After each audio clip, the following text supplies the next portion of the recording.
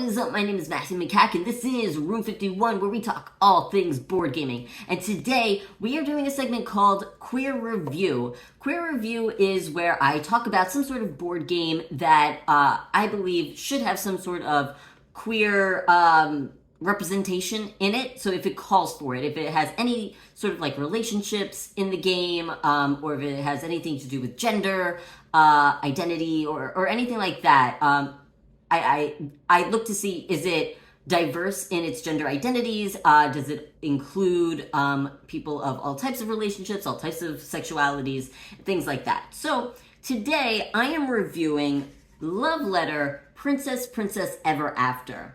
Now my very first queer review was actually on the very first Love Letter game that came out. And I gave it a seal of queer approval, and you could go check out that video if you'd like, as to my reasons why. I then got on that video a lot of comments, and I was receiving messages from people saying that I should check out this game, Love Letter, Princess Ever After. So I went ahead and checked it out. I didn't know that, I knew that there was a bunch of different love letters, but I didn't realize that they all actually gave their own spin to the game. I thought they were just reskins of the game until I finally actually played this one. Well, first I looked it up and then I played it. And I was surprised to see, like, oh no, they're not just reskins of Love Letter. They have different mechanisms in them that give them their own little twist, which is really cool. I really like that. I'm a fan of the Love Letter games, I guess. So spoiler alert, I do like this game. That's not really a spoiler. I do really like this game. I will usually talk about games that I enjoy on this segment, because it's not really about how much I enjoy the game. It's about does it have queer representation? So let's get through it. Right off the bat, we see on the cover, we have two women here who are clearly best friends. I kid. So they're clearly in love, right? You know, they got, at first I thought these were little hearts, but I guess they're not. They're like leaves and stuff, but you know, they're blushing and everything. They like each other. And they are princesses together. And actually, their whole goal in the game is to end up together. So I want to actually read out the little, it says object of the game, but it's like a little story. So it says, Princess Isadora is on a dance tour with her best friend, the ogre. She's seeking a partner to fall in love with, a worthy candidate to help her rule her kingdom. Suitresses throughout the land seek her hand in marriage. You are one of these admirers trying to get your heartfelt love letter to Princess Isadora.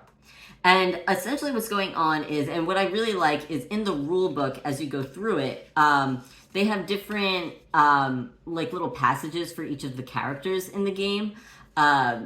Just to kind of say like a little story about who they are, why they are, what they're doing, you know? So that's pretty cool. So there's all these cards, and it works a lot like your other Love Letter games where, you know, you play a card, things happen, they all have special abilities. Now, so there's Princess Isadora, but then there's also these two princesses who are kind of helping Princess Isadora, right? As those who are like already in love, they're trying to help out Princess Isadora. Their main objective is to end up together in the game. So, and what I like is, so there's these favor tokens, right? Which have art, a heart, not art, they have art, but they have a heart on them, which I love, you know, love wins all.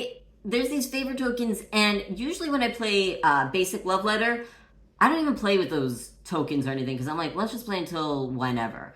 But with this game, you really have to play with the tokens, because you could get more points for completing certain things. So, for example, with Princess Amira and Princess Sadie, they want to both have been played by people in the game, either played or discarded. So they're in front of people. And then if you're both still in the game, whoever has these cards, or you know, if me and Sally Mae have a card of each, right? If I have Princess Amira and she has Princess Sadie, then we'll still get points, even if we don't win, right? So we have to be just like still in the round at the end. So that is, so then you get like more favor and everything. So that's really cool. Like that you're specifically trying to get them to be together. That's cute. That's adorable.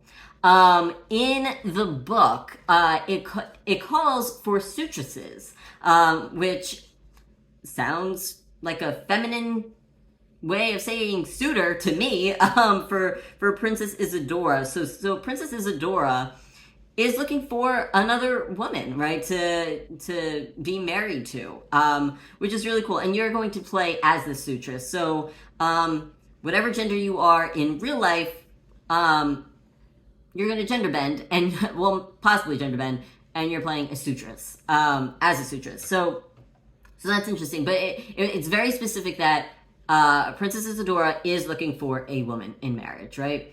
And then you have Princess Sadie and Princess Amira. By the way, the artwork in this game is fantastic. I love it. Even if you look at the inside of the box here, I hope you can really see it. I find it so adorable. It's very, very cute. It has both Princess Sadie and Amira just loving each other, cuddling and stuff, which is really cool. It's very, very cute. I don't think they're cuddling. I don't know what they're doing.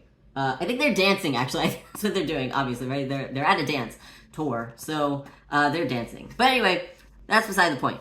Now, if we continue on with some of the other cards here, they do mention that Princess Isadora has a best friend, the ogre, okay? And the ogre, there is no mention of the ogre's gender, okay? And usually, you know, it doesn't matter that there's a character that's an ogre. I mean, even if we think of Shrek, right? Shrek is a he, right? He, him, that's what he's referred to. This ogre doesn't have any pronouns. So I like to think, and I'm pretty sure that this was the intention, that this ogre is gender neutral, possibly, right? Or some sort of gender queer. I think even from the picture, hopefully you could see it, there's some gender queerness there in the way they're dressed, in the way they express themselves through their emotions, their facial expression. There's I don't know. I just really love this ogre. And then if you read the ogre themselves, let's see if I can find it real quick. Here they are. So steadfast and nearly invincible, the ogre is the princess's best friend, and as such is the best ally to carry your letter. I love that they use the word ally. I feel like that's such a tongue-in-cheek thing, right? Anyway, however, oh wait. His tendency to break out and dance might mean that your correspondence gets lost under his dainty feet. Never mind. The ogre is not gender neutral. Just found that out. So he uses he, him pronouns. I still think he's genderqueer. I don't care. Look at him. That is, you know what? At the very least, it's not a very, like, masculine ogre or anything like that. Like there's femininity here, which is cool, right? Which I also like that you can, I mean, gender being on a spectrum, this ogre being he, him could be, it doesn't dictate the way he expresses himself, right? So I think that's really cool. And I think that this is a really sweet moment that this ogre is just dancing with this person here. I think that's sweet. So anyway, on to the next one. You find Oliver the Dragon. Now, Oliver the Dragon, I was getting some queer vibes from because, well, specifically their colors, it's got like this pink and purplish thing going on, which is essentially the bisexual flag. So, I don't know. I just getting queer vibes from this dragon here. Are they queer? I don't know, but I like to think so. And then finally, we have Celeste the Unicorn. And I don't care what anybody says. Unicorns are like the mascot of the LGBTQ plus community. I don't care what anybody says. I know that, you know, people yell at me and it's like, oh, well, you know, like, my daughter has a toy unicorn. Is she gay? And it's like, I don't know, maybe. But I like... The unicorn is a mascot for LGBTQ plus people. I don't care. Especially this unicorn. Look at them. They're too lovely to not be LGBTQ plus. So anyway, I think that it's pretty obvious at this point that yes, I am absolutely 100% giving love letter Princess Ever After a Room 51 seal of queer approval. This made the mark on all strides in terms of sexualities being met, gender expressions, different gender expressions being met here, which is really cool. And then having, of course, the LGBTQ plus mascot. Anyway, that is it for this queer review. Thank you so much for watching. If you'd like, you could check out all of our other video content here on this channel, Room 51. You could hit that subscribe button, keep up to date. You could hit that like button if you like us. Comment down below, like, what are your thoughts on this game? Have you heard of this love letter? What are some other love letters that you really like? I've been kind of eyeing Batman love letter, just because I love Batman. But anyway, that's beside the point. You can also find us streaming live here on twitch.tv/room51live, where we do board game playthroughs. It's me and my brother. I keep saying we. It's me and my brother usually doing that, Justin. But right now it's just me.